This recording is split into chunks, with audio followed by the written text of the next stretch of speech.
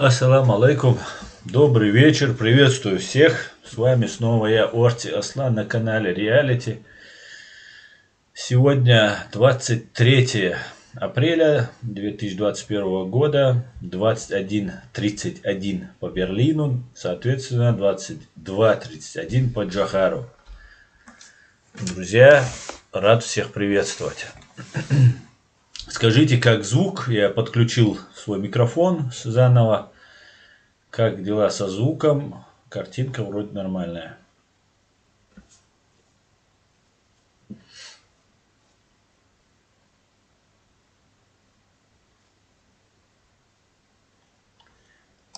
Так, не вижу ваших сообщений. Ассаламу алейкум, Маша Лума Сарганема, Вильпасен Культа, Ва алейкум салам, Аслан Керимов, Секрет Трумпетер.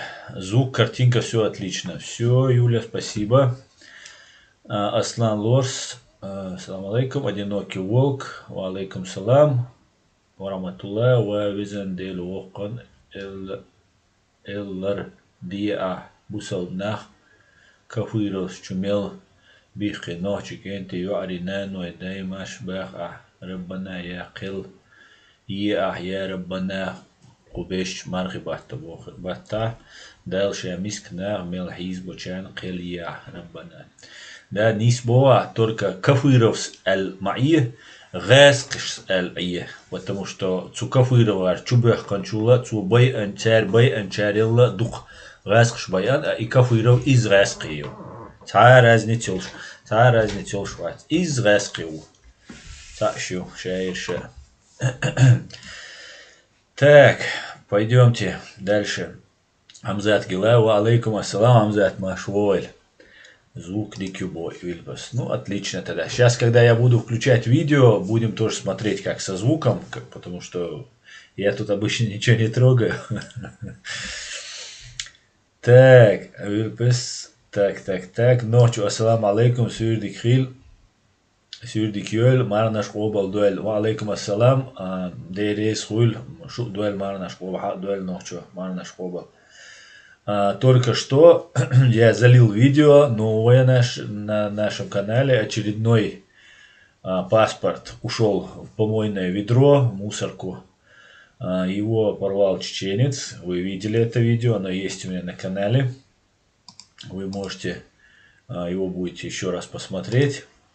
И дальше еще раз хочу напомнить, если у вас нет других документов, если какая-то это будет вам проблема из этого, пока не рвите паспорта, хорошо, друзья?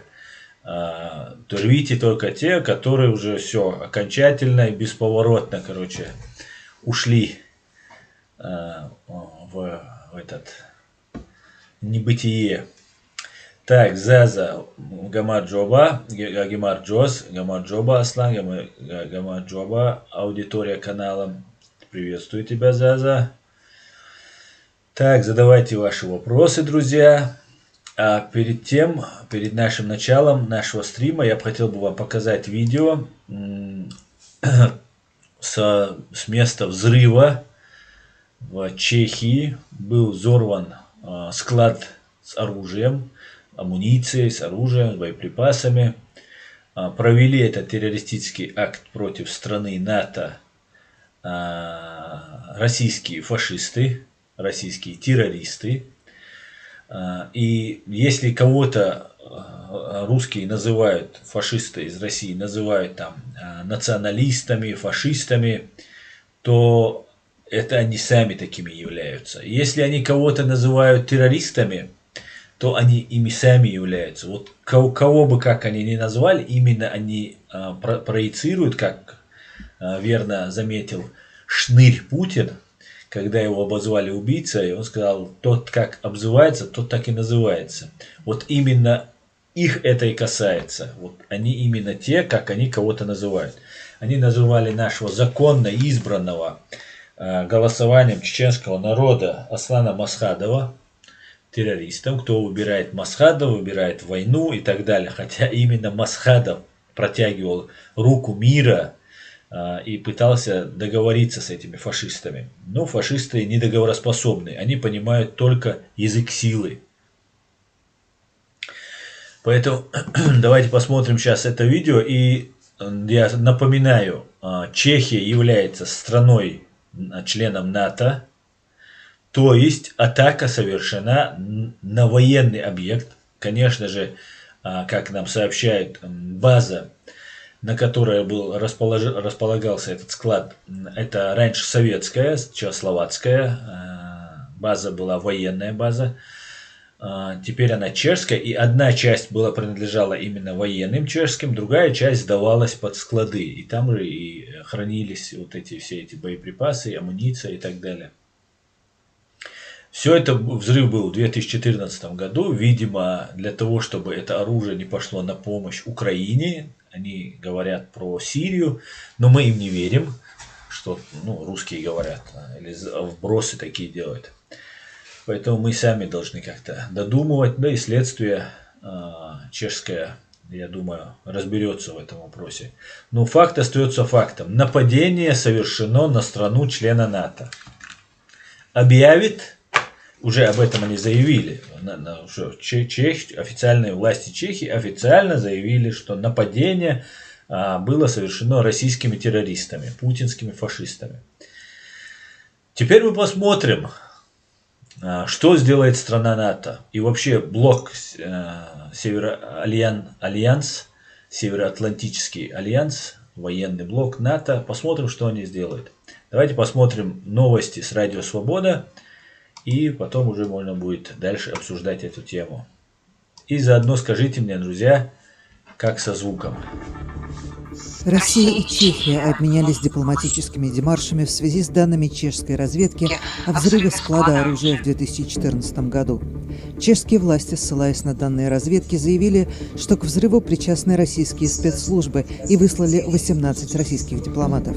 Это беспрецедентный шаг в отношениях двух стран, и глава Сената Чехии Милош Выстрчил использовал беспрецедентную лексику на пресс-конференции 18 апреля. Pokud se toto prokáže, tak musíme považovat počínání ruských tajných služeb Если это подтвердится как очень серьезный акт агрессии и вражды, который даже можно описать как акт государственного терроризма. В 2014 году взрыв склада рядом с деревней Врбетице уничтожил 50 тысяч килограммов амуниции, погибли 2 человека. Сотни людей были эвакуированы. Причины взрыва все эти годы так и не были установлены, но в субботу вечером премьер-министр Чехии Andrej Babiš срочно созвал пресс-конференцию. Na základě jednoznačných důkazů získaných vyšetřováním našich bezpečnostních složek musím konstatovat, že existuje důvodné podezření. Вы всего не видите у меня на экране, поэтому я зачитаю. Она на основании неоспоримых доказательств, собранных в ходе расследования нашими спецслужбами, я должен заявить, что есть основания подозревать.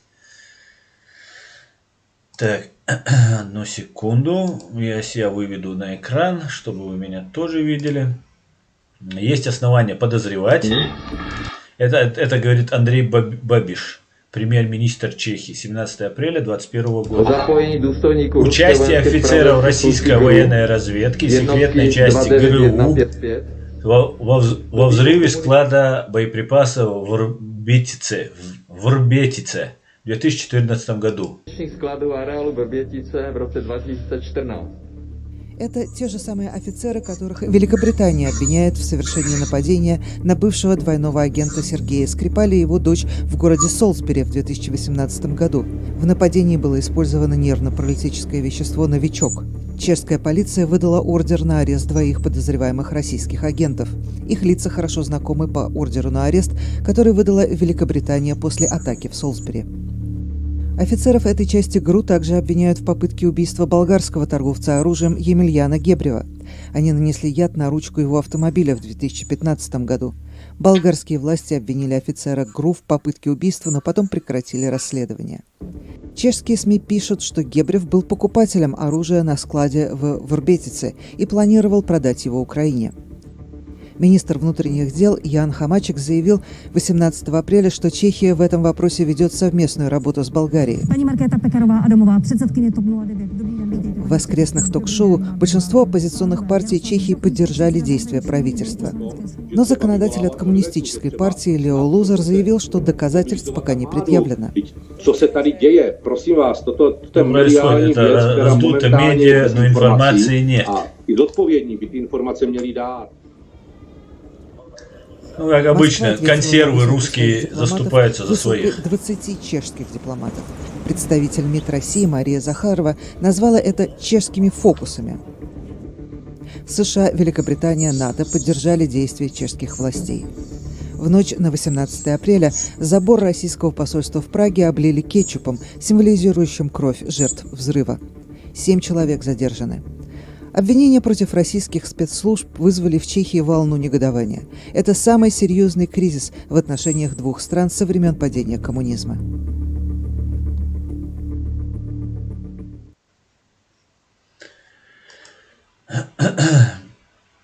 Итак, как мы видим,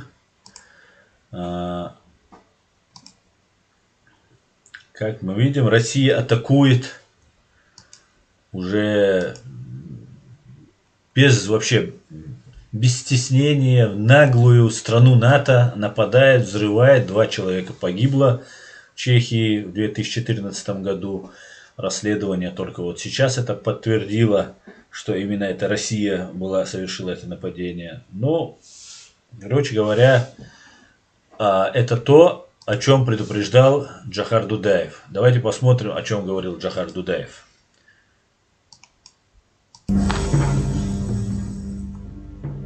Оказывает помощь в этом мире только Всевышний. Что там президент России принял, какое заявление сделал, его содержание, там нет основы никакой. Пропаганда, ложь и насилие. И эта опасность, она существует, что Россия развязывает сейчас гигантскую бойню во всем мире. Вот этого фактора бояться, и этот страх обязательно придет во все дома.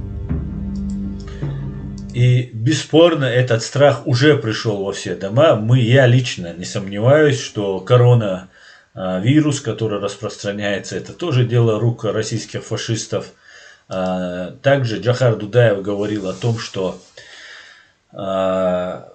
если называть войну в Чечне внутренним делом России, то настанет день, когда Европа станет внутренним делом России. И он это, сказал, когда Россию включили в Совет Европы. И Россия будет продолжать. И Россию нужно исключать из Совета Европы, из Совбеза безопасности, Совета Безопасности ООН. С Россией нужно вести диалог только с позиции силы. Другого языка они не понимают. Еще раз и еще 100 раз напоминаем. Только так и никак иначе. Только вот в нос дать, и вот тогда вот они начинают разговаривать. Тогда они понимают. И то до тех пор, пока вот кровь с носа не уйдет. Ну ладно. Пойдемте дальше. Давайте почитаю ваши комментарии. И еще потом будет некоторые видео, которые я вам хочу показать. Так, ночью. Аслан, ситуация в мире меняется. Когда наконец ночью в Европе будут выходить на протесты против РФ? Сегодня настало время нам выходить, заявлять на весь мир об оккупации чеченского государства. Совершенно верно, ночью. Именно так. Ситуация меняется. Она меняется давно. И нам нужно прилагать усилия. И знаете, мы являемся таким, очень как верно сказал, мне нравится это очень выражение, Пол Гобла, что канарейка в угольной шахте. Мы такой, мы предупредительный такой маячок, который предупреждает. И на нас очень сильно смотрят, между прочим. Даже мы не представляем, насколько сильно. Наверное, даже незаслуженно сильно на нас обращают внимание и смотрят. Потому что как мы себя поведем. Потому что мы являемся вот этим маячком, который показывает, верно ли идут или нет. Возьмите любого российского оппозиционера, и как он говорит про Чечню, Ичкерию, Чечению, и вот так вы сможете понять, что такое, ну, кто такой перед вами, да, насколько этот человек является искренним и честен в своих мыслях, словах, действиях. И это очень хороший такой показатель. Например, нас огромное количество идет. Я ни к чему не призываю, сразу говорю. Но вы только что видели сейчас, как чешские активисты за убийство, гибель двоих своих человек в 2014 году, когда стало известно, что это сделали русские, вышли и облили кетчупом российское посольство. Нас убили 300 тысяч. В каждой стране Европы нас живет, ну, не меньше, чем, я не знаю, других каких-нибудь национальностей, которые проживают в разных странах, приехавших там из других стран, ну, беженцев, мигрантов. Никаких таких перформансов, никаких таких флешмобов мы не проводим. Почему? Почему не привлекаем? Набрать в шарик, обычно надувной шарик, кетчупа и закидать российские посольства, в котором они есть. Это же несложно. Да, штрафуют, может быть, на большие суммы. Убегать не надо. Это как смертник надо. Я ни к чему, опять же, не призываю. Потому что если, вот видите, у них там 7 человек было задержано за то, что они там испачкали вот, стены там и так далее. Оштрафуют, возможно, даже там посадят. Ну а как бороться?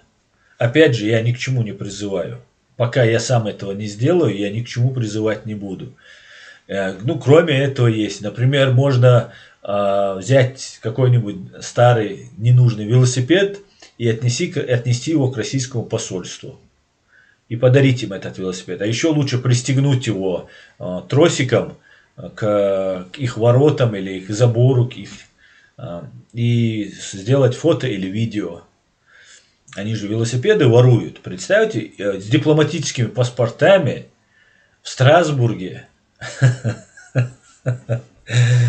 кокаином торгуют, теракты проводят, людей убивают, я не знаю, ложь, пропаганда, обман, насилие, велосипеды воруют, я не знаю, сутенерство, и вот эти все игры, азартные игры, казино, вот это все, это самая большая угроза для Европы и западного мира, это Россия. Почему это не прекращается? Только из-за того, что оттуда качается нефть, но вы еще больше теряете, уважаемые европейцы. Ну ладно, ну ладно. Так что, господа, молодежь, особенно это касается молодежи, можно, например, взять баллончики с краской и везде писать там Ичкерия, стоп геноцид чеченцев, там, я не знаю, Россия зло, Путин террорист, все что угодно можно. Везде это писать, на дорогах, где да, будут штрафовать. Сразу предупреждаю, сразу будут и штрафовать, могут быть и проблемы, и все что угодно. Ну а что поделаешь? Надо же как-то заявлять о нашей позиции. Заза Медведишвили, как думаешь, Аслан, отвод войск России это маневр или нет? Вполне возможно, Заза. Это может быть и маневр, может быть это такой удобный повод все-таки отступить. Но то, что вот сейчас Патрушев заявляет, что будут теракты, и потом Шойгу отводит, есть такой разведчик, бывший советский разведчик, швец, вы, наверное, все его знаете, он говорит, что идет грязня между Путиным и Патрушевым. Русский Фредди Крюгер я его называю. Между этим русским Фредди Крюгером. Этот Патрушев сделал то же, что сделал Путин, если не больше. Они все это делали вместе. И вместе взрывали своих людей, убивали нас, ну и так далее. Поэтому вполне может быть, что идет какая-то вражда между ними, да, какая-то конкуренция, там, захват власти, перехват власти и так далее. Патрушев возглавлял так называемый РОШ, региональный оперативный штаб Чеченской Республики. И знаете, кто убивает людей, тот и командует их судьбами, и этими набирает кадры, вербует новых людей. И вот в этом плане Патрушев больше всего соприкасался с этим, больше всего убивал чеченцев, возглавлял этот РОШ. В этот РОШ входили там замминистра МВД, замминистра обороны, ГРУ замы, вот эти все. И это непосредственно исполнители, и у них есть вот своя агентура, свои кадры, которые совершают эти разные убийства и так далее. Поэтому я не знаю, как что, ну вот давайте вот подумаем сами над этим. Вот смотрите, был такой фильм «Цена страха». В 2002 году он вышел. Бен Аффлек, по-моему, там в главной роли. В этом фильме рассказывается, что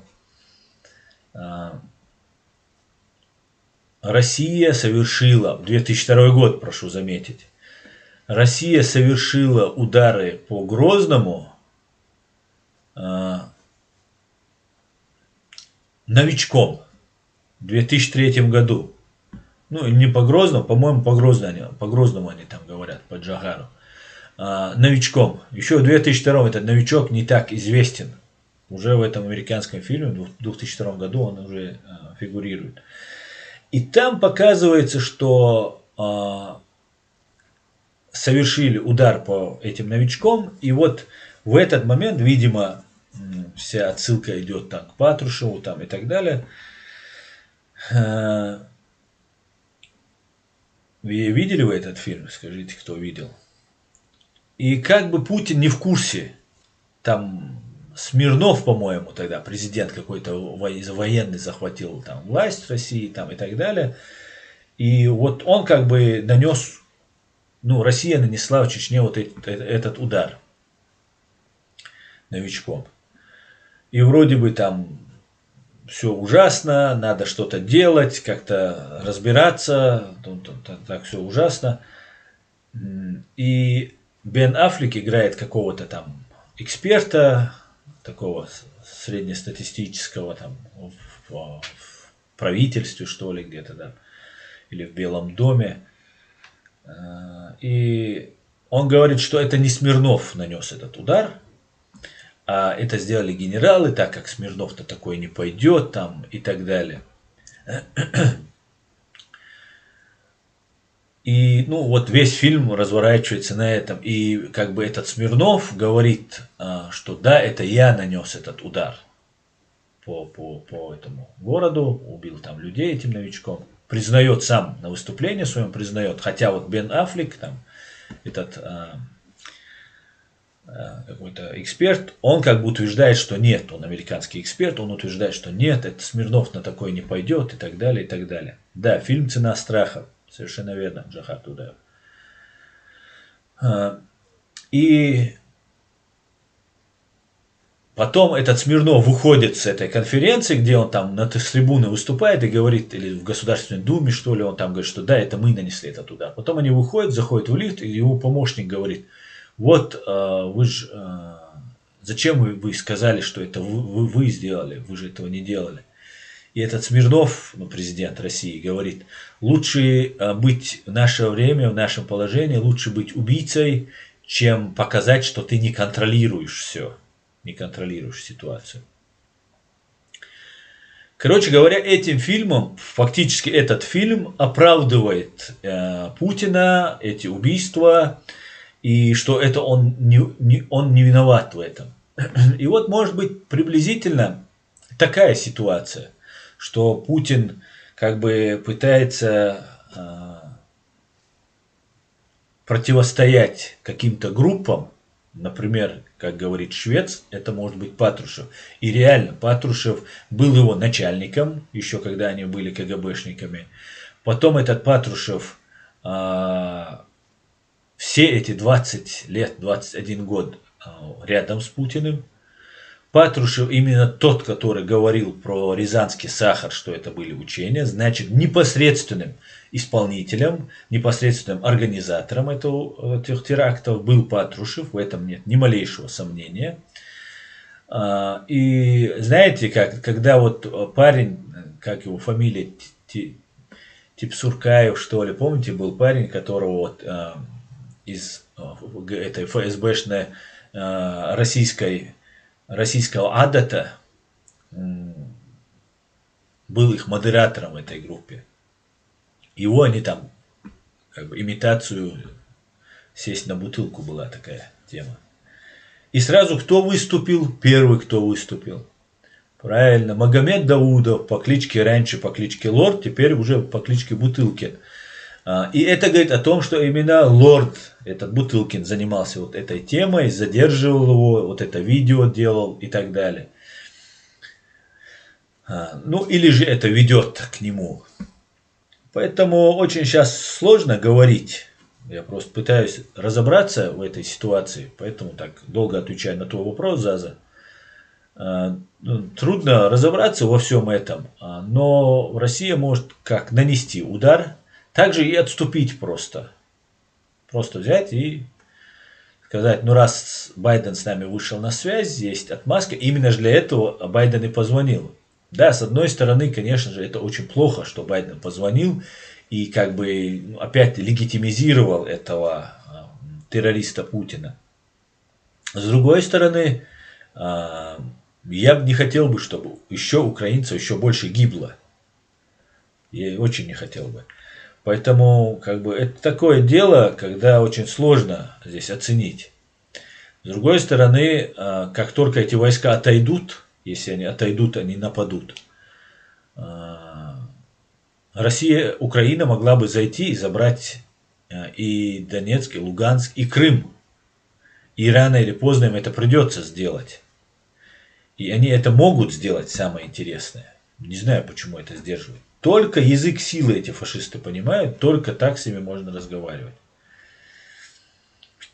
Война может начаться, раз войска стоят, опять же сказать, что отводим, начать отвод, дать украинцам расслабиться, нанести какой-нибудь ограниченный ядерный удар и после этого захватить какую-нибудь там территорию. Да? Нанести, например, не по той части, вот Новороссию они строят, не по той части, где они будут строить, а по какой-нибудь другой части нанести. И сказать, все, мы будем дальше действовать. Что сделает мир? Что может мир сделать? Ничего. Атомный удар нанести, ядерный удар нанести. Только если по бункеру Путина и Патрушева. А так, ну, не знаю я, конечно, всех секретов американцев, знать не могу. Но ситуация пока очень тревожная, очень такая аккуратная. Быть готовым нужно. Быть готовым нужно ко всему. Так, далее еще хотел бы сообщить по поводу вот этих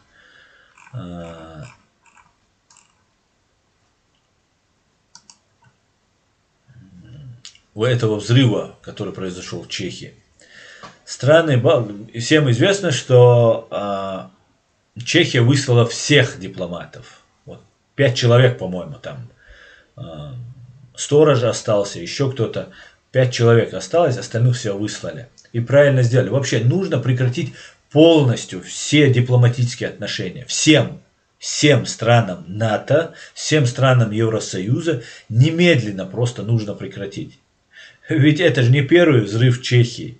Если нет доказательства, да, это еще не значит, что это не Россия. Если нет, мы же имеем там критическое мышление, мы же прекрасно понимаем, кто это может делать. Да, кто-то может делать это, насолить России там, и так далее, еще как-то усугубить этот конфликт. Это тоже может быть, эту версию мы тоже не исключаем. Но по большей части всегда выявляются следы, которые ведут к России. И других следов, и других подозреваемых пока еще не появлялось. Что возможно, например, с коронавирусом появился Китай, да, оттуда как бы это сделали. Но в остальных случаях нет. Например, здесь в Германии была взорвана футбольная команда русским террористам. Ничего. да, не доказали, он не признался, и здесь пыток нет, отправили бы его там в Россию, да, подмосковную тюрьму пыток, где много чеченцев, кавказцев было запытано до смерти. Он бы быстро признался бы. Но здесь этого нет, и слава богу, поэтому он не признается, все, мы не можем доказать. И дальше продолжает общаться, но куда это годится? Сейчас в Чехии вот уже все уже доказано. Мы все знаем про это, практически все знаем. Уже, по крайней мере, знаем, кто, откуда ноги растут. Выслали не только вот этих 18 дипломатов, вместе с семьями, женами там, и все, это прекрасно, их всех выслали. К тому демаршу, который совершила Чехия, присоединились страны Балтии.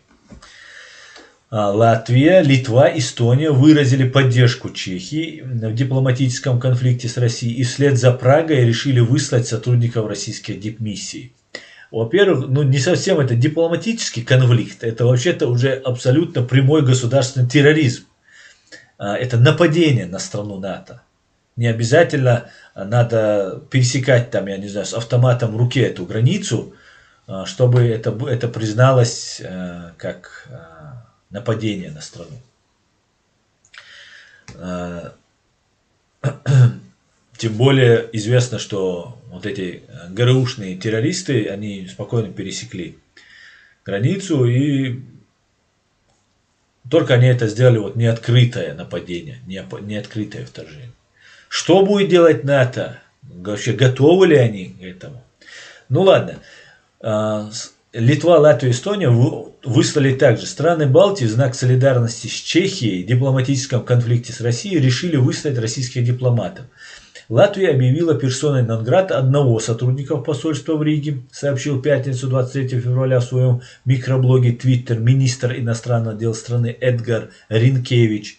О высылке уведомлен полномочный поверенный посольства РФ в Латвии Владимир Васильев, говорится в заявлении латвийского МИДа. Решение о высылке Рига приняла после консультаций с союзниками по ЕС и НАТО на основании информации, предоставленной ответственными учреждениями Латвии. Рига осуждает нелегальные действия российских разведывательных служб в Чехии и призывает Россию соблюдать международное право и принципы Венской конвенции об дипломатических отношениях. МИД Литвы, в свою очередь, высылает двух сотрудников посольства РФ, обвинив обоих в действиях, не соответствующих их дипломатическому статусу. Дипломаты должны покинуть страну в течение 7 дней. Литва выражает полную поддержку Чехии в ее конфликте с Россией, говорится в заявлении литовского МИДа. Посольство Литвы в Москве готов помочь посольству Чехии в работе после того, как его штаб был сильно сокращен в результате дипломатического конфликта РФ. Тем временем МИД Эстонии сообщает о высылке одного российского дипломата. Таллин выразил послу РФ в Эстонии Александру Петрову решительный протест в связи с поступившей в Чехии информацией о том, что российская разведка организовала взрыв склада боеприпасов в Рбетице в 2014 году. Россия грубо нарушила международное право на территории страны член ЕС и НАТО, что поставило под угрозу суверенность Чехии и привело к гибели 2 человек, говорится далее в заявлении МИДа. Вот такая вот ситуация разгорается. И знаете, мы тут возмущаемся, какая несправедливость оказана по отношению к чеченцам, да, как несправедливо поступили к нам. Но давайте вспомним взрыв самолета Боинга, или не Боинг, это российский, по-моему, был самолет, на котором летел президент Польши Лех Качинский с около 100 человеками. 96 человек их там было. Вся верхушка, вся властная элита Польши была уничтожена одним взрывом. Взрывом, уже сейчас это уже установлено, бомбы на борту самолета. И что?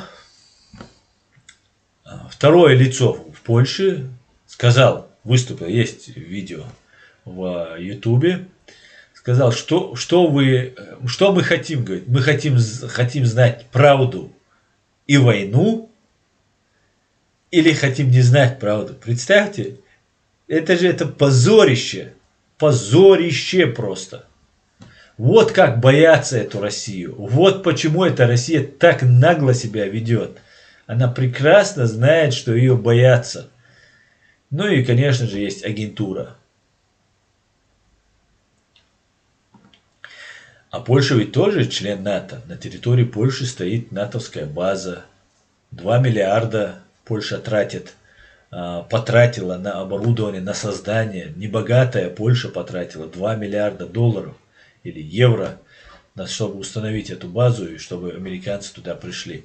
Вот в каком положении находится мир. Вот как они боятся эту Россию.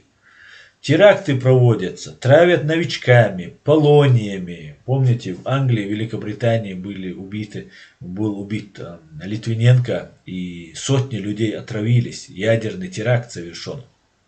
Что еще нужно сделать? Ну что еще?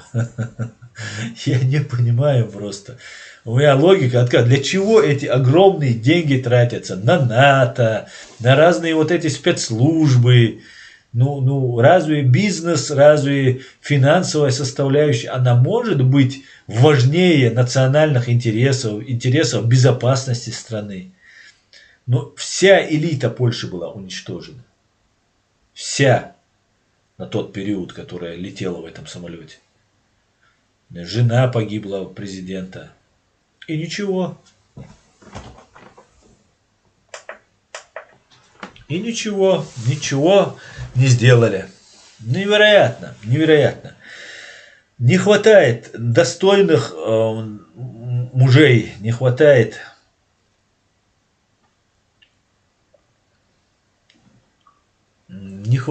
духа, не хватает Джохара Дудаева, не хватает этим народам. Хотя та же маленькая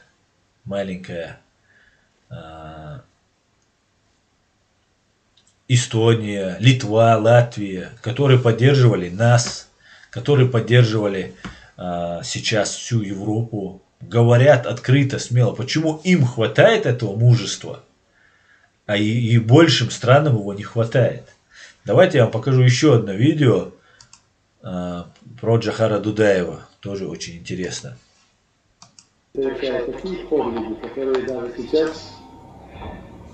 Моему разуму не подвластны.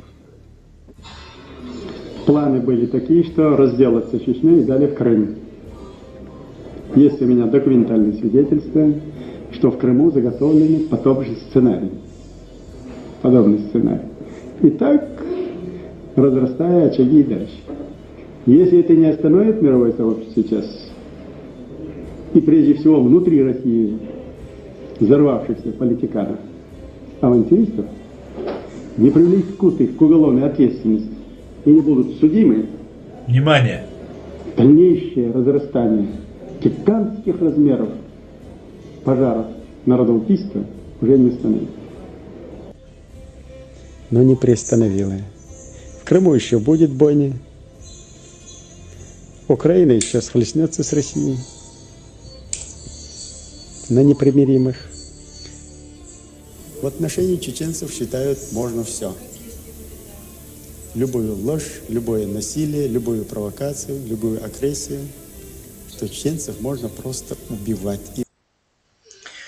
Запомните вот этот момент, что в 1991 году Дудаев перекрыл воздушное пространство и не позволил убивать эстонцев и других жителей стран Балтии. Я сейчас вам покажу еще видео с канала НЭП Прага, где Инна Курочкина берет интервью у Пола Гогла, который тоже об этом говорит. Это очень важно. И морально, и психологически, и физически. Вот так подготовлено мировое сообщество. И мировое сообщество, к великому сожалению, поддается на эту пропаганду, на такую постановку. Ни ООН, ни другие общественно-политические организации, ни Комитет защиты прав человека, никто не говорит ни одного звука в поддержку или хотя бы, значит, сочувственно. И это развязывает России руки. Значит, нехватки пищи в самой природе не заложено. Нехватка духа, вот это вот дефицит. Остается, что свобода – вещь слишком дорогая, чтобы попытаться ее достичь дешевой ценой. Лучше умереть, чем быть несвободным. То эта война сейчас будет перерастать. Масштабы ее будут расширяться. Значит, наверное, до тех пор, пока Россия как государство перестанет существовать. Да, именно, Джахар. Дал Му'ла, мы закончим твое дело. Дал Му'ла, она перестанет существовать как государство в том виде, в котором она может представлять угрозу для мирового сообщества. Дал Му'ла, дал ниц луэльхон. Дал Му'ла. Вот такие вот дела. Сейчас же,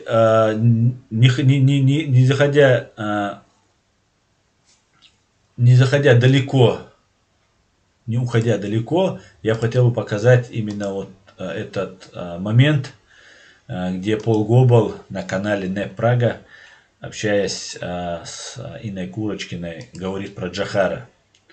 Там все интересно, я вам советую, кто не смотрел, посмотреть. По-моему, у меня на канале тоже есть ссылка в сообществе. Если нет, я обязательно сейчас сделаю. Давайте послушаем, что говорит Пол Гобл. Ну, давайте послушаем Инну тоже, потому что вначале Инна, Инна молодец. Спасибо большое, низкий поклон, Инночка.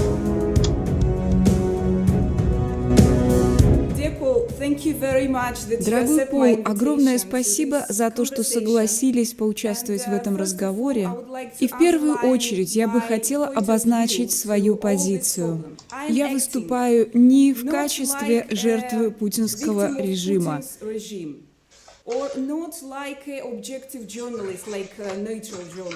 И не в качестве объективного журналиста.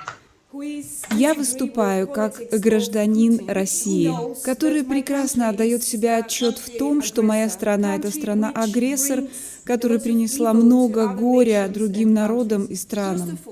И начать наш сегодняшний разговор я бы хотела с самой болезненной на сегодняшний день темы для меня – с Ичкерии. Вы знаете, Пол, сегодня утром я как раз смотрела видеоконференцию 2000 года, на которой вы были модератором. Это была конференция министра иностранных дел Чеченской республики Ичкерия Ильяса Ахмадова. Это невероятный человек, который приехал в Вашингтон, чтобы рассказать о всех проблемах, которые обрушились на Ичкерию. К тому моменту Ичкерия покончила с русско-чеченской войной. Ичкерия выиграла в этой войне. Маленькая Ичкерия победила в войне с огромной российской армией. И они стали строить свое свободное, независимое государство. Но тут появляется Путин, взрывает дома в Москве, становится президентом и приступает к окончательному решению чеченского вопроса. Так же, как в свое время немцы занимались окончательным решением еврейского вопроса. После той пресс-конференции в 2000 году уже прошел 21 год. И к какому результату мы пришли сегодня с Ичкерией? На сегодняшний день мы имеем оккупированную Россией Ичкерию, огромное количество беженцев в Европе, в Америке, во всем мире.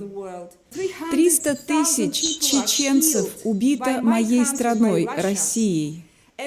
И какую картину мы сегодня наблюдаем после всех этих ужасов?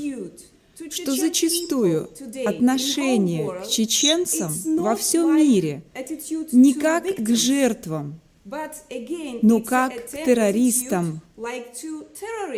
В первую очередь, вокруг нас много террористов, и один из них в Кремле. И один из них, глава сегодняшней Чеченской Республики Рамзан Кадыров. Чеченский народ под давлением, он бесправен, дискредитирован, отсутствует воля признать тот факт, что Россия учинила геноцид по отношению к чеченцам, убивая их или изгоняя из страны, или заставляя их молчать. Они чувствуют себя изолированными и чувствуют на себе негативное отношение окружающих. И это проблема, которая длится уже очень давно. Но проблема на самом деле еще страшнее, чем это. Мы видели эту проблему во многих местах Российской империи. Джохар Дудаев, который был ликвидирован российскими спецслужбами, а на прошлой неделе было ровно 25 лет со дня этого убийства, он имел представление о будущем Чечни такое, которое приветствовалось и самим чеченским народом, и всем миром. До того, как стать президентом Ичкерии, он был советским офицером в Эстонии. Он командовал авиабазой в Тарту. И на самом деле именно ему Ельцин обязан спасением своей жизни в январе 1991 года, когда Ельцин прибыл в страны Балтии в связи с тем, что Литва, Латвия и Эстония требовали независимости. Именно благодаря ему в Таллине удалось избежать жертв, которые произошли в Вильнюсе и в Риге, организованные Горбачевым. Именно Джохар Дудаев закрыл воздушное пространство для переброски войск и этим предотвратил насилие, которое перед этим осуществилось в других республиках. Таким образом, это был человек, который твердо верил, что у чеченцев есть такие же права на независимость, какие были у Эстонии, Латвии и Литвы. Он верил в открытое общество, он верил в демократию, он верил в западные ценности, и он не был, что называется, исламским фанатиком. Да, он был мусульманином, но он не был никаким фанатиком и никаким экстремистом. Он защищал свою страну, когда на нее напала Россия. И на самом деле это началось уже в 1992 году. И, к сожалению, он был убит российским государством за свои достижения. То, что мы видим сейчас, это уничтожение многих людей из круга президента Дудаева руками настоящих бандитов и головорезов, связанных с российскими спецслужбами ФСБ, которые обладают всеми теми характеристиками, для которых эти самые российские секретные спецслужбы и были созданы. И вдобавок ко всему они выдают себя за радикальных мусульман.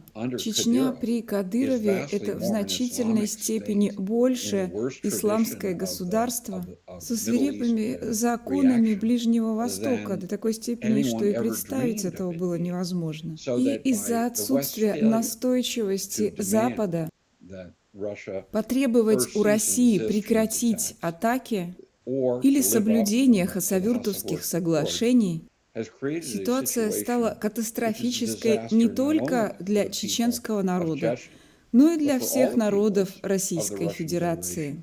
Ну и теперь это уже переросло в проблему всего мира, потому что эти кадыровские убийцы являются солдатами Путина в борьбе с западным миром. Именно их руками сделано много ужасных вещей, потому что это дает возможность Москве сказать: смотрите, это не мы, это чеченцы. А на Западе большинство людей, которые не утруждают себя проверкой фактов.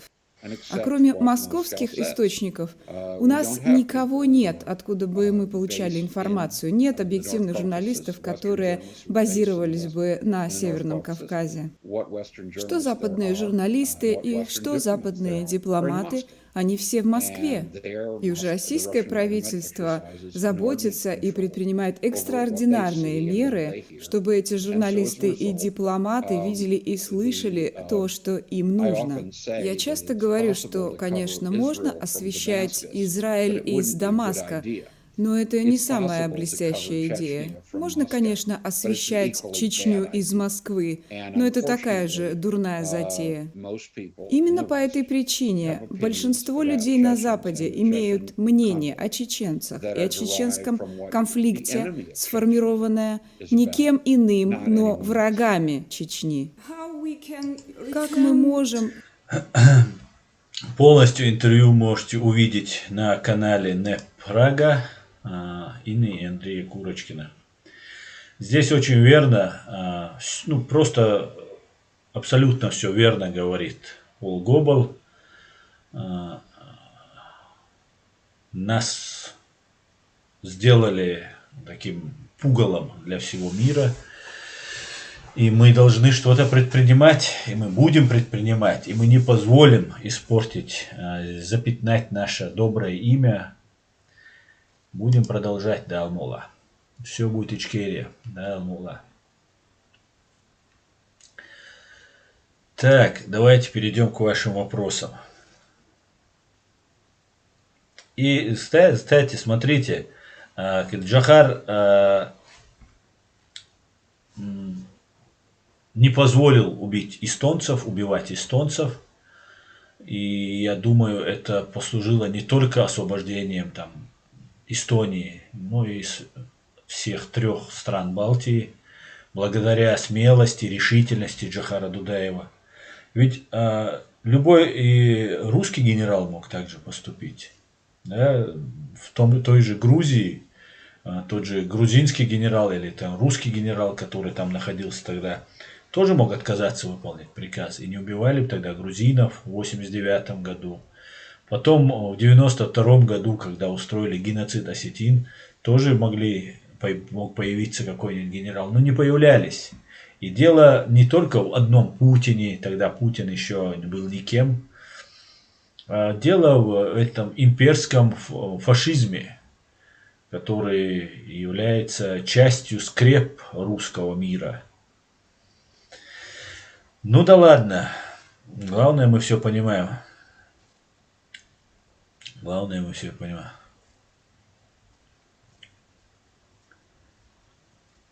Так, еще я тут выложил видео, где Джохар Дудаев говорит, что посол Израиля в России вынес ноту протеста и был против и потребовал остановить войну. И налетели, знаете, я сразу определяю, когда налетают. Их вообще нет, они нигде не светятся, ничего тут не пишут, и тут налетают. Стоит вам сказать слава Америке или там Боже, Господи, благослови Америку. Стоит вам сказать что-нибудь про Израиль, еще что-то, и налетают эти тролли или умственно отсталые товарищи, которые являются полезными идиотами. И все, и начинается этот бардак здесь.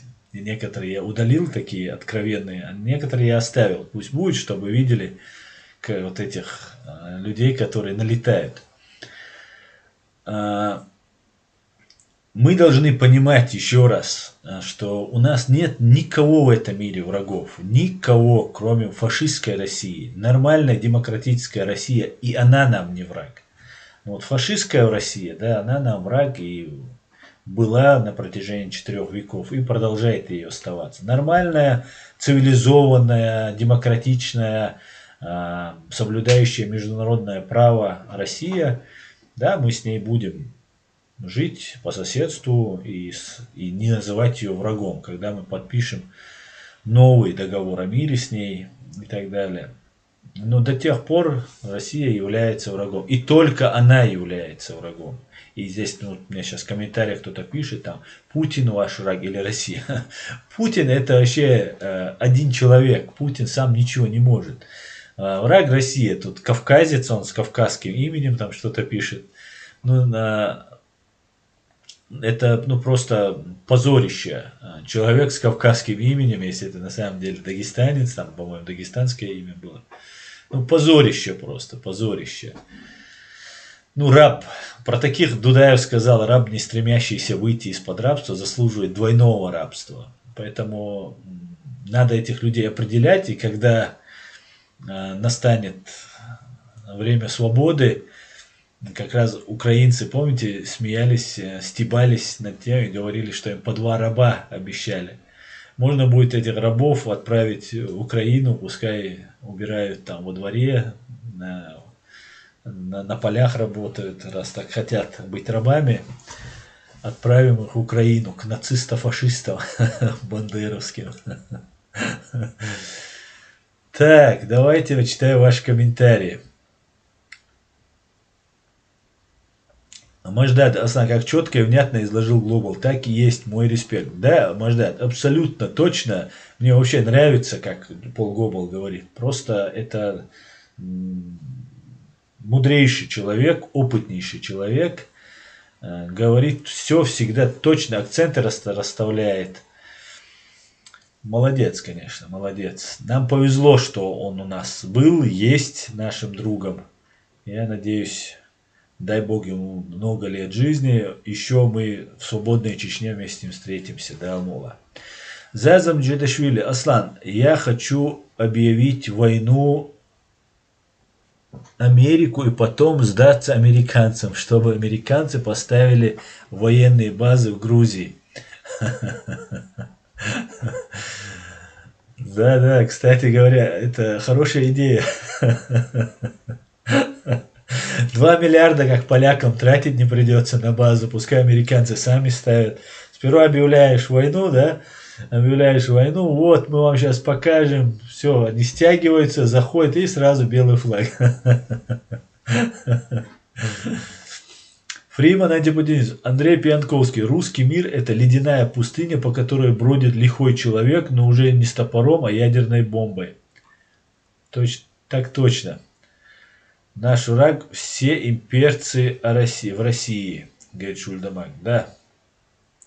И самое главное, еще раз, еще 100 раз, нам нужно правильно определить акценты, правильно определить врагов. Да, или там друзей, или там недругов. Вот это самое важное. Если мы неправильно определяем, да, опять же, я и раньше это говорил, если мы неправильно ставим диагноз, то лечение может или не принести никакой пользы, или оно будет идти долго и с побочными эффектами. Нету у нас других врагов. Кадыров, Мудыров, это Кадыров, это Россия. Других врагов нет. Израиль, вот вы видели слова Джохара, никто не может сказать, что он этого не говорил. Есть видео, свидетельство этого.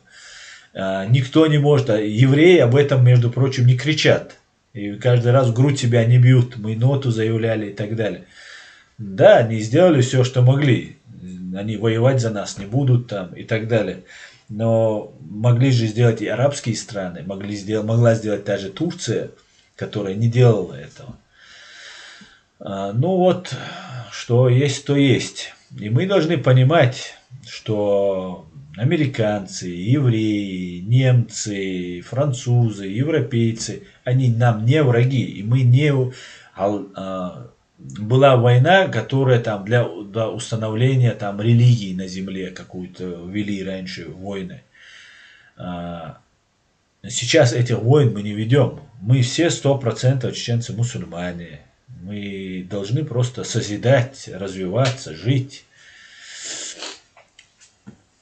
И точно расставлять акцент. И знаете, если бы нам сейчас не сделали бы так, что нас не выставили бы такими, что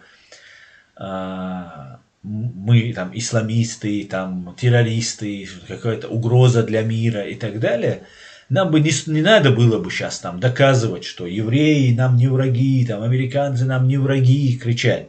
Это по умолчанию так было бы, да? Но из-за того, что на нас вылили тонны грязи, получается, что нам теперь это нужно делать. И это нужно говорить, проговаривать. Нравится кому-то это, не нравится это кому-то. Мы это должны проговаривать. Мы должны им дать понять. Вот смотрите, Джохар Дудаев, например, говорит, Израиль заявил ноту протеста. Появляется известный бард Тимур Муцераев и поет песню «Возьмем Иерусалим», там, туда-сюда. В 95-м году, говорит Джохар, в феврале, второй месяц, 23 февраля, Джохар говорит, что вот Израиль, как только война началась, то есть еще в декабре 94-го, и еще Тимур Муцераев не выпустил эту песню. И, видимо, кто-то ему надоумил на это, кто-то ему подсказал, да, давай вот за Иерусалим сделай.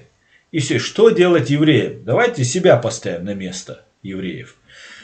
Против Израиля ведется война кем-то. Мы заявляем протест против, наш президент, наше государство заявляет протест против этой войны. И израильтяне услышали, что вот мы их там поддержали. И потом израильтянин какой-нибудь выпускает, какой-нибудь бард, выпускает песню «Возьмем Грозный, будем, 12 тысяч наших маджахедов возьмут Грозный» там, и так далее. Как мы отнесемся? Да, большинство поймет, там, руководство поймет, что это там какая-то провокация, ерунда. А большая часть народа наша как поймет? Просто один еврей, просто пускай выпустит песню про то, что даже про русский еврей. Мы все будем говорить не про русских евреев даже, не про русских будем говорить, а про израильтян, всех евреев во всем мире будем. Даже тех, кто живет в Америке и в Германии, будем говорить на них. Все евреи плохие. Вот это точно такая же ситуация. Выпускает песню 12 тысяч маджахедов. Потом эту песню раскручивают.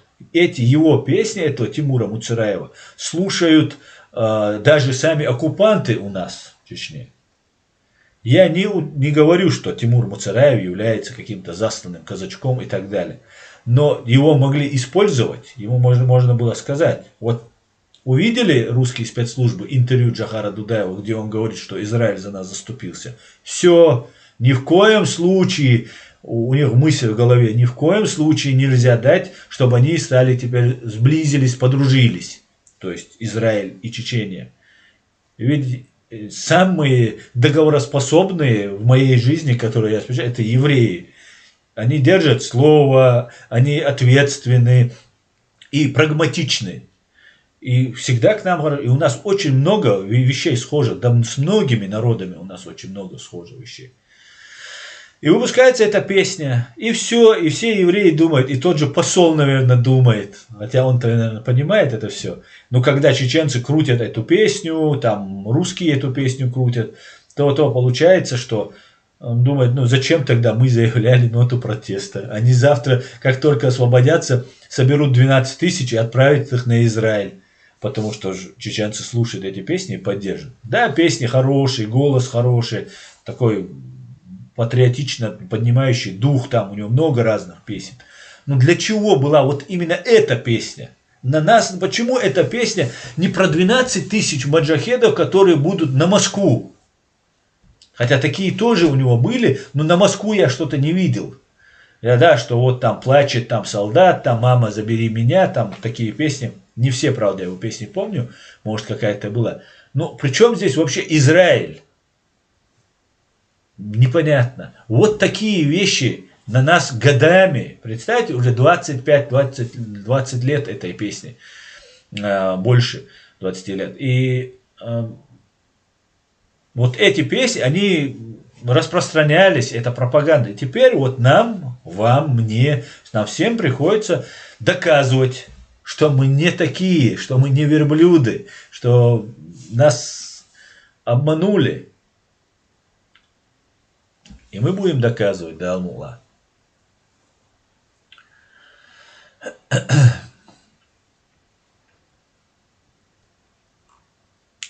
Так, давайте. Эд Мамедов, спасибо, Асан, за эти слова. Эд, спасибо тебе и всем евреям спасибо, всем азербайджанцам спасибо, всем туркам и всем добрым людям, которые хотя бы слово сказали за нас, не говоря уже о действии. Огромное вам спасибо всем. Спасибо вам.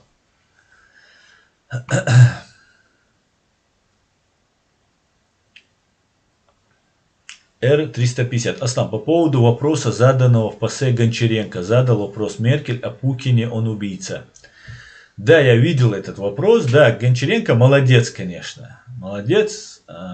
Жаль, что Гончаренко не пропускает тему Чечни, чеченский вопрос.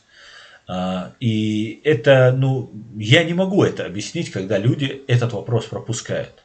Во-первых, это самое кровавое и большое преступление России.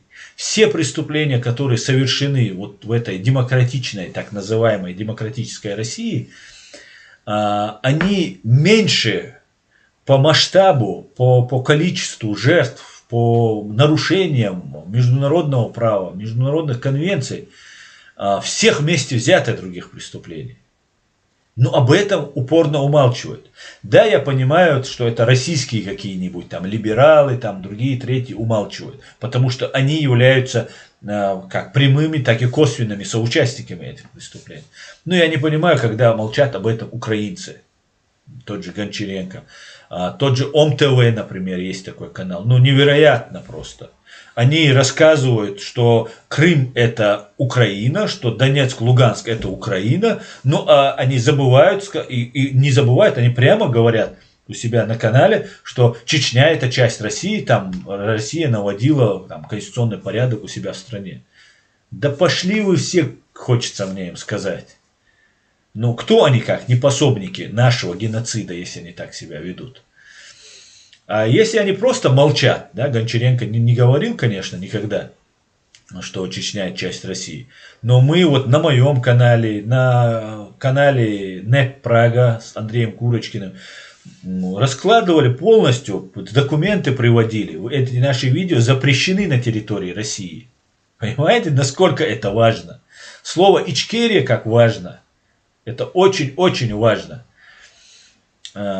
Такие вещи они везде запрещают. Не только мой канал запрещен, но уже отдельные видео они запрещают.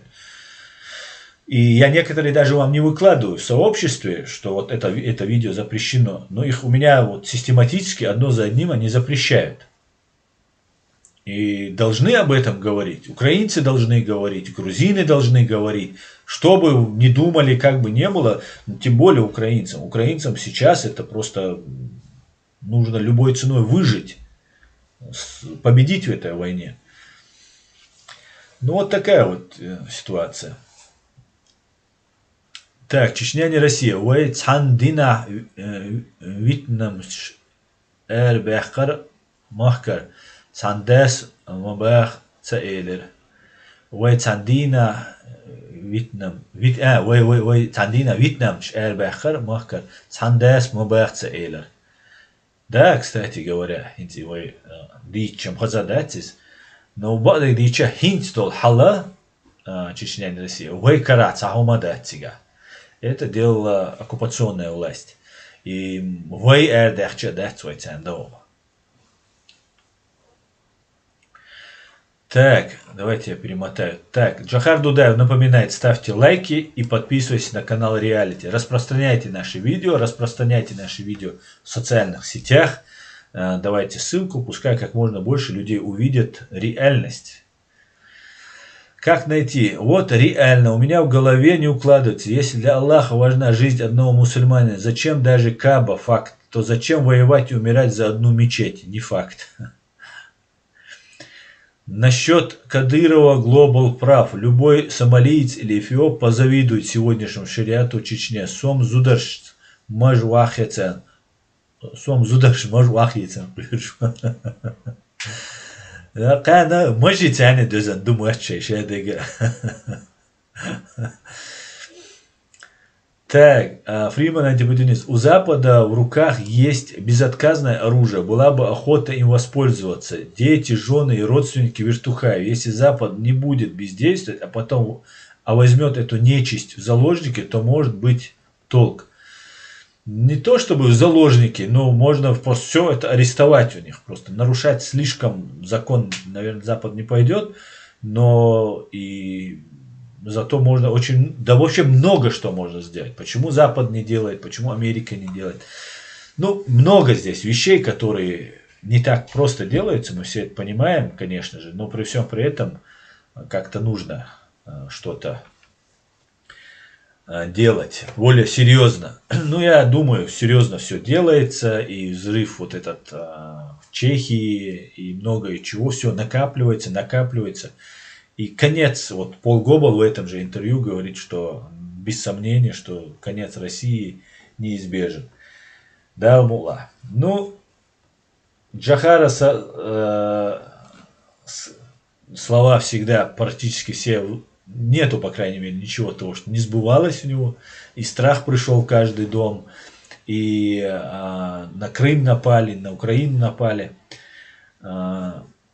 И единственное, он говорил, что это продлится 50 лет. 25-26 лет уже прошло, 26 прошло. 24 года. Не проблема нам, и 24 года. Продолжим, да, Алмула. Ну, будем надеяться, что произойдет быстрее. Шуберт Робин. Украина должна признать Ичкерию. Абсолютно с тобой согласен, Шуберт Робин. Абсолютно. Нохчи, Аслан, как ты представляешь себе демократическое правовое государство РФ? Не лучше ли стену и ров с крокодилами? Ров с крокодилами и стены, Нохчи, в любом случае. Это не исключает ров с крокодилами, это железобетонно просто. Вернее, железобетонная стена и ров с крокодилами. Демократической правовой страной я представляю Россию, та, которая будет, как сказал опять же Пол Гоббл, Россия будет соблюдать международное право, если со стен в ясный день, со стен Кремля будет видна граница России. И мы должны способствовать тому, чтобы фашистская Россия, та империя, которая сегодня существует, она перестала существовать. Вот всячески мы должны прилагать усилия. Когда я пришел к этой мысли, это было невероятно даже для самого себя мне. Просто я исключал все, что мы делали, и все это не приносило успеха. И потом я пришел к мысли, не сам, конечно, много читал, смотрел, в том числе Бориса Стамахина, уважаемого мной, и пришел, что Россия должна перестать существовать как империя, и вот тогда она и все народы должны получить свободу. Вот тогда, в таком случае, мы все будем жить счастливо и отлично. Вот такой она будет. Когда она перестанет быть империей, когда она отпустит все свои колонии. Файтер Израиль. Гончаренко при Януковиче агитировал за русский мир, а теперь он один из главных патриотов Украины. Да, Файтер, такая ситуация тоже была. Гончаренко политик. И знаете, когда вот вообще словам верить нельзя. Если у него есть внутри это, если он это искренне сам верит, это одно. А если это слова, ну, словам верить нельзя. И может быть поэтому, что у него нет внутри этого, он не говорит про Ичкерию. Так.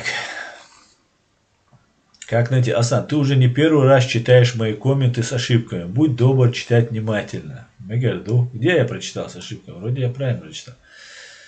Так, ночь. Аслан. Яхкан видео рейз уйо. Чоук дел рейз хуйлон. Ночи. Дел алшуэл дел шиду адойл адинек.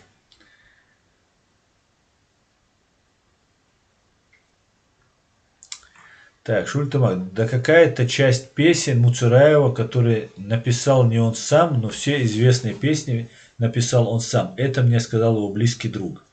Да, какая-то часть песен Муцураева, который написал, ну тогда, может быть, ему вот подкидывали эту идейку, а мы просто зачитывали.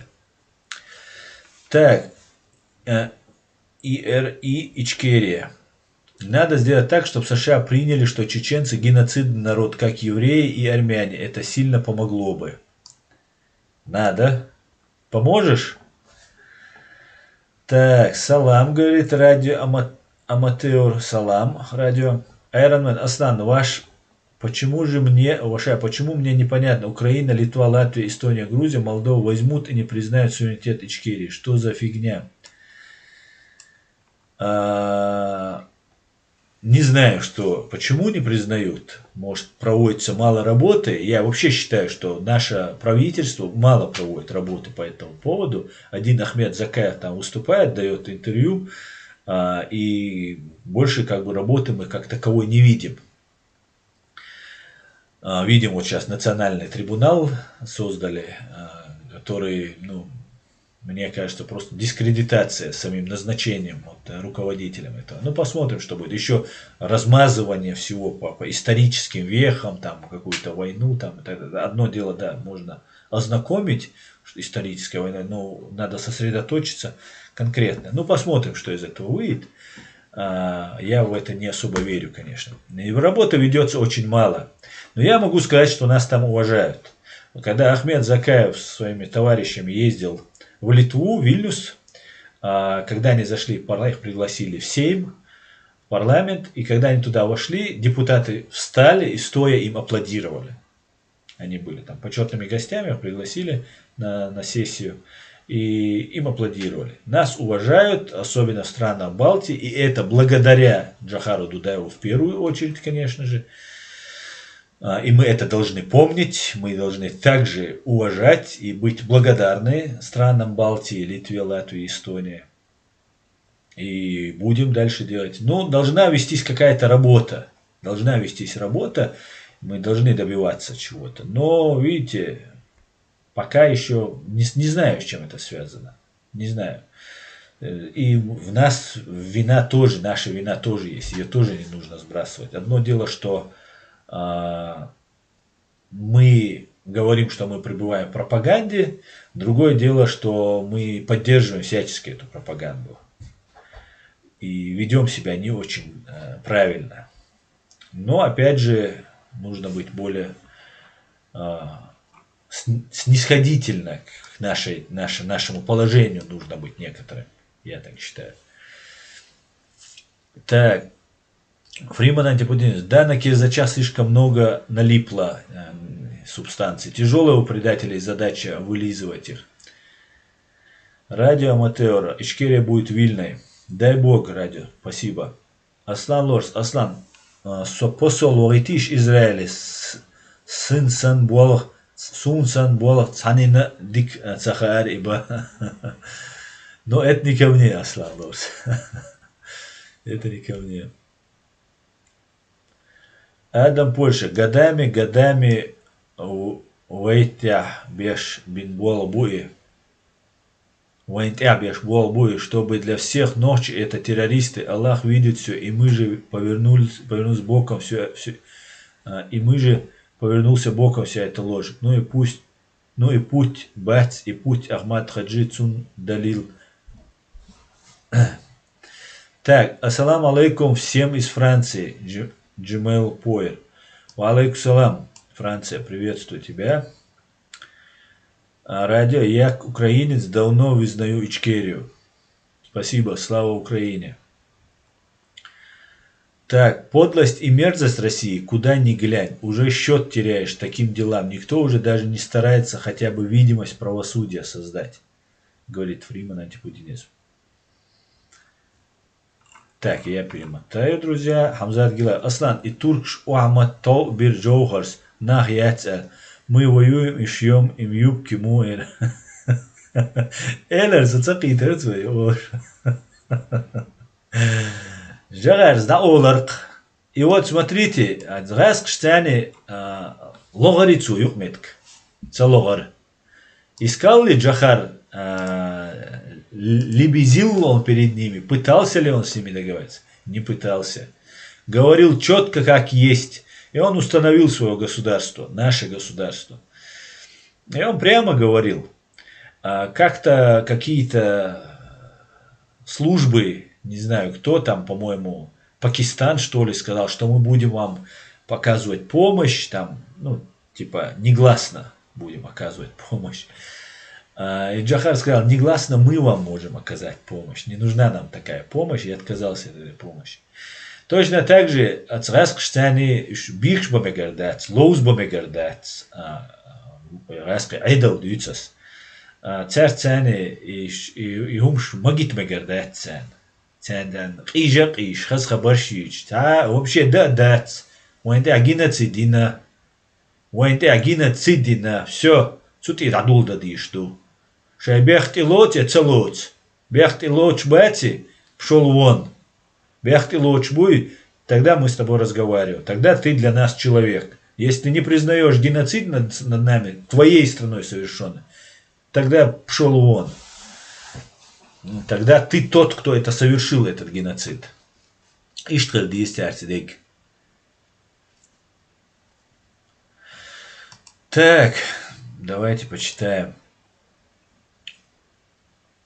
Мадик бойзерцун ишрас кихакарче. Bu Hamza geldi. Ne la boyzer de sun zandik iştanin boyzeritiş. Алло, Бугаев. Алло, Бугаев. Аслан, что скажешь про памятник Путину с унитазом в красных труселях в Чехии? Чехословакии уже нет. Ну, отлично, молодцы. Отлично. Они и этот памятник вынесли, и закидали кетчупом посольство. Так, Ибрагим Канцигов, ассалам алейкум, Сабус Албежирижи. Ва алейкум салам, Ибрагим, Машуоль. Так, что я вам еще хотел показать? Да вот я хочу зачитать слова Джохара Дудаева. Пророческие слова Джохара Дудаева. Вопрос. Заставило ли русское вторжение в Чечню народ обратиться в ислам? Ответ Дудаева. В самой значительной мере. Мы ведь предполагали построить светское, правовое, конституционное государство, но нас вынудили пойти исламским путем, не оставив нам выбора, даже если мы еще не были готовы принять исламские ценности. И теперь у нас может сложиться извращенная форма ислама, что может оказаться опасным для Запада. Вот что говорил Джохар, напоминая, кто такие русские и россияне, и к чему это нас приведет, да, к чему нас это привело.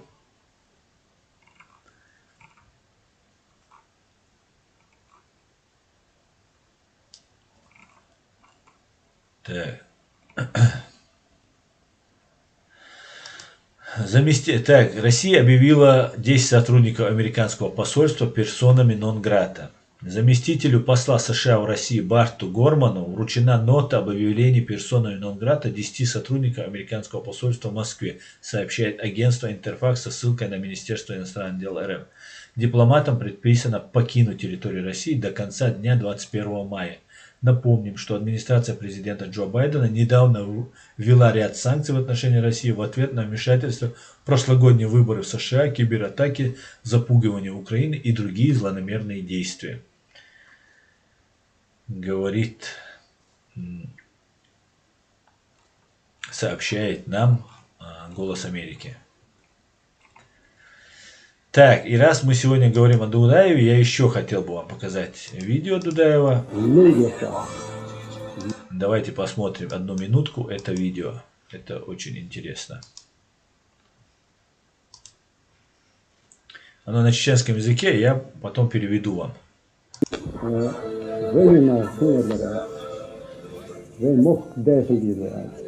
Что, сразу могу лучше переводить, что я хотел бы сказать нашим людям. Мы должны стать хозяевами своей страны.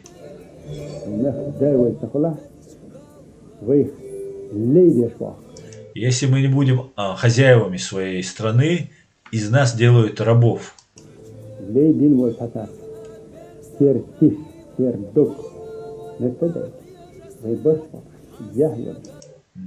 У нас должно быть объединение, единство, сила, дух.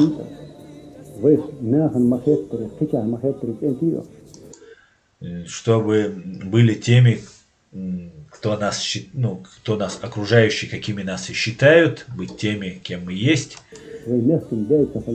Если мы не будем хозяевами своей земли, у нас не будет ни будущего, ни нашего будущего поколения. Дай Бог нам удачи, дай нам единство.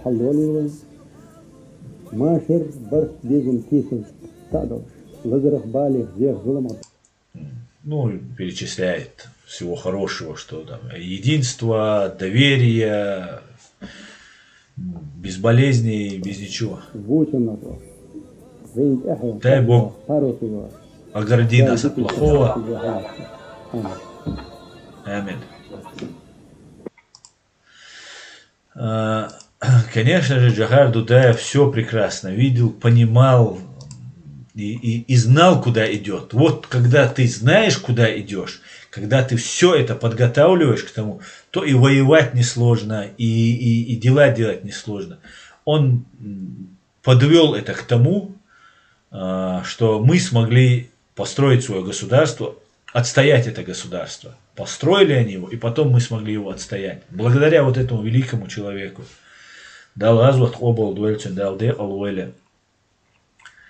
И еще одно видео нашего великолепного Джохара Мусаевича. Ему задают русские пропагандисты по поводу «не боитесь ли смерти?». Ну, надо же попугать, чтобы человек боялся, что вот он такой, его, за ним Россия охотится и так далее. Давайте посмотрим, что он говорит. Да, я чувствую страх перед Всевышним. Сейчас, одну секунду. Чувствуете ли вы сам, как человек, страх? Я? Да, я чувствую страх перед Всевышним. Не согрешить бы и не быть виновным перед Всевышним. Земного страха нет. Земного страха нет.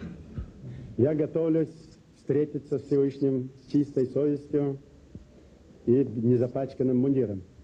Не в пример некоторым генералам, которые сейчас цинично заявляют: мы наносили точный удар по самолетам, подготовленным для вылетов. То у нас ни одного самолета боевого нет и не было. Учебные самолетики. Вот так вот надо относиться к тому, что мы делаем. Никакого страха. Страх – это болезнь. Это болезнь. Лучше умереть, чем быть несвободным. Лучше умереть.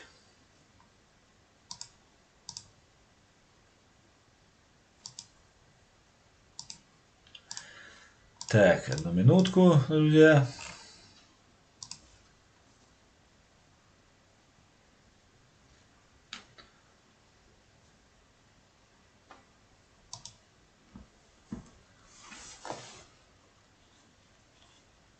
Одну минуточку.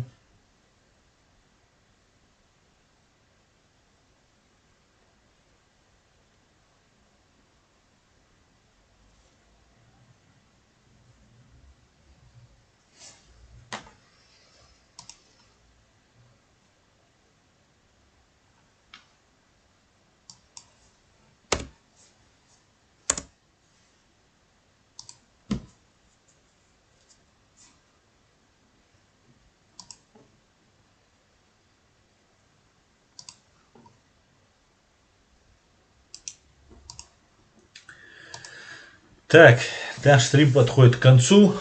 Я вам покажу буквально несколько минут тоже видео. Очень интересное. Чуть еще отвечу на несколько ваших вопросов. И можно будет заканчивать наше видео. Так, в чеченском народе трусость и предательство всегда считались самым большим грехом, чем бы его не оправдывали. Владимир Рабинович, болит за вас, болит.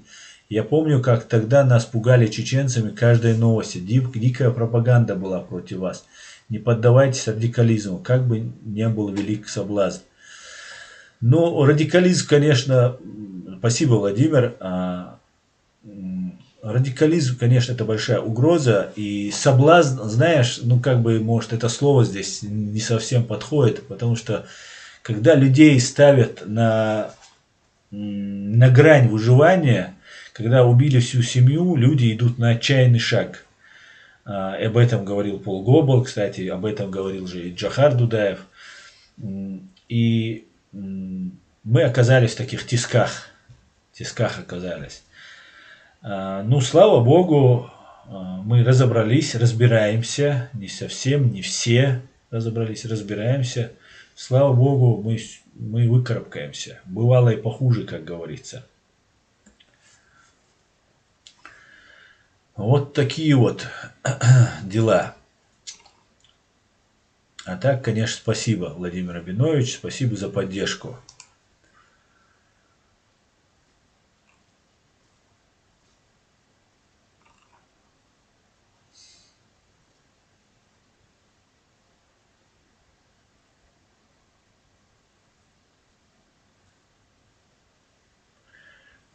Чечен Репабликан. Была раньше книга в Ичкерии, продавалась «Антисемитизм и его пропаганда среди чеченцев». Никогда не слышал. Но то, что она велась, эта пропаганда, ведется, мы сейчас это наблюдаем. Мы сейчас наблюдаем это. Против евреев, против христиан, против, там, я не знаю, грузин, да против всего. К чего только возможно ведется эта борьба, эта пропаганда. Так, друзья,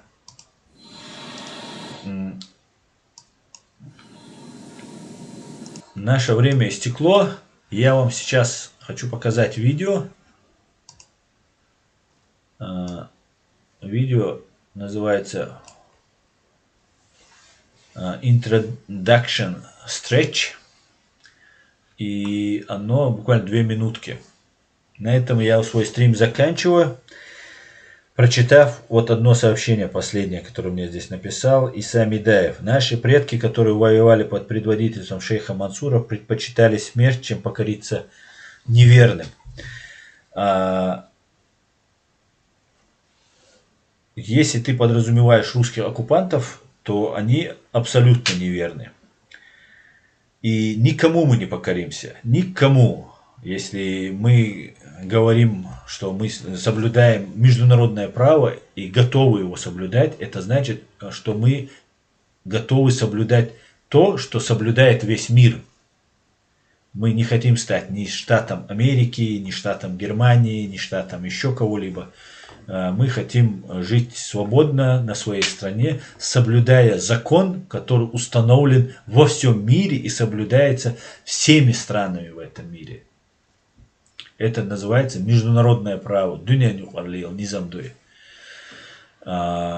И все, что мы говорим. И от нас больше никто ничего не требует. Только Россия требует, чтобы мы говорили, мы люблю Путина, люблю Россию и так далее. Нам никто не говорит, люблю, скажи, там, Байдена или люблю Меркель и так далее. И никто никогда не говорил и не скажет. Такого зла, как Россия, пока в природе, в истории человечества пока не было. Ну ладно, спасибо, что смотрите, спасибо, что поддерживаете. Как говорится, все будет Ичкерия. Все будет Ичкерия. Ассаламу алейкум. Адикёль маш ойл. Boston Dynamics. Видео. Давайте посмотрим это видео вместе и порадуемся, как технологии, американские в данном случае технологии, развивают человечество.